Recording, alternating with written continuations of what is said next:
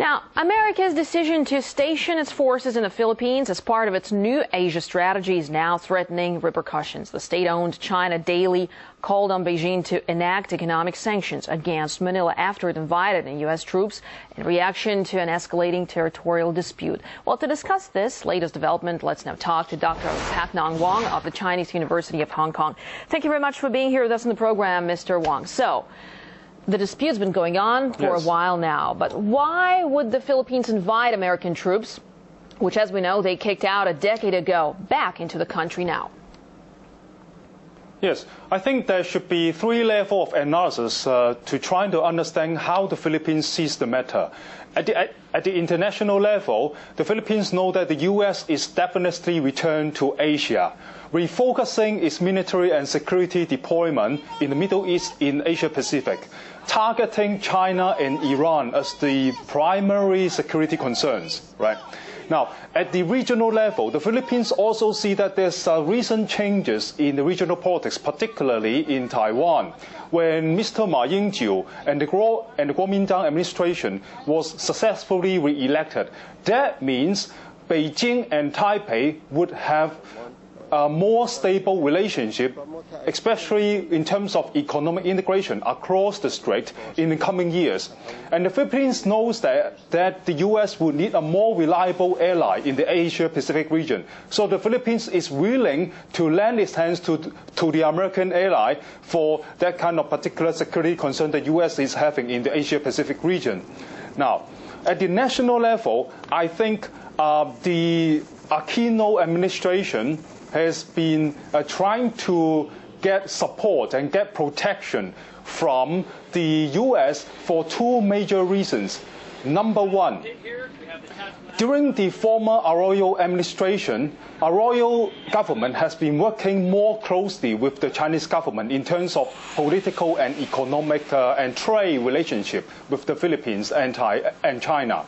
Now, after President Benigno Aquino has stepped up as the president in 2010, he reverted this foreign policy direction and trying to side with the U.S. in order to balance the internal influences of the Arroyo faction.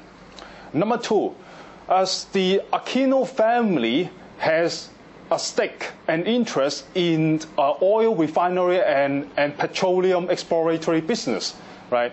And I think it is at the interest of the Aquino family to side with the U.S. and trying to work with the U.S. on exploring oil resources in the South China Sea. Whereas the Arroyo faction has been working with China, in which they signed an agreement in around year 2005 and trying to have a joint exploration for oil resources in South China Sea. So I think the Philippines is all doing that to trying to balance and trying to get internal political supremacy on the other hand. And on the other hand, the Philippines is trying to get the best interest from this China and U.S. relations. Yes, Mr. Wong, that is clear. But given the security concerns that you mentioned earlier and the complexity of the situation in the region, how does this sit with Beijing, with China specifically? I mean, as it all seems like it appears there's nothing China can do in this particular situation, especially in its own neighborhood, kind of, without the approval of the U.S. What are your thoughts? Yeah. Now, I have already noticed there's tremendous pressure from the public opinion within China that asking and urging the Chinese government to take a very tough position towards the Philippines. However, I think the Chinese government should be a bit more careful about this internal demand. Now, I think the Chinese government should continue to just try to observe the situation as it is now and not to be provoked easily. Number two, I think the Chinese government is trying to continue to work with the traditional allies within the Philippine Senate, Congress, and the Philippine society to try to find some creative proposal to try to work out that.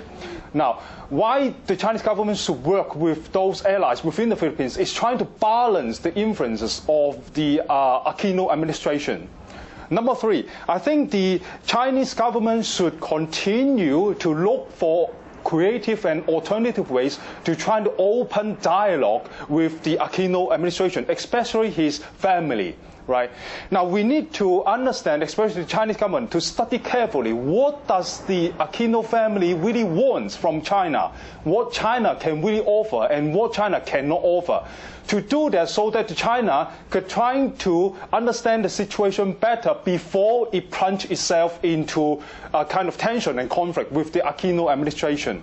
Okay. Dr. Pak Nong Wang of the Chinese University of Hong Kong, thanks very much for your thoughts here on RT.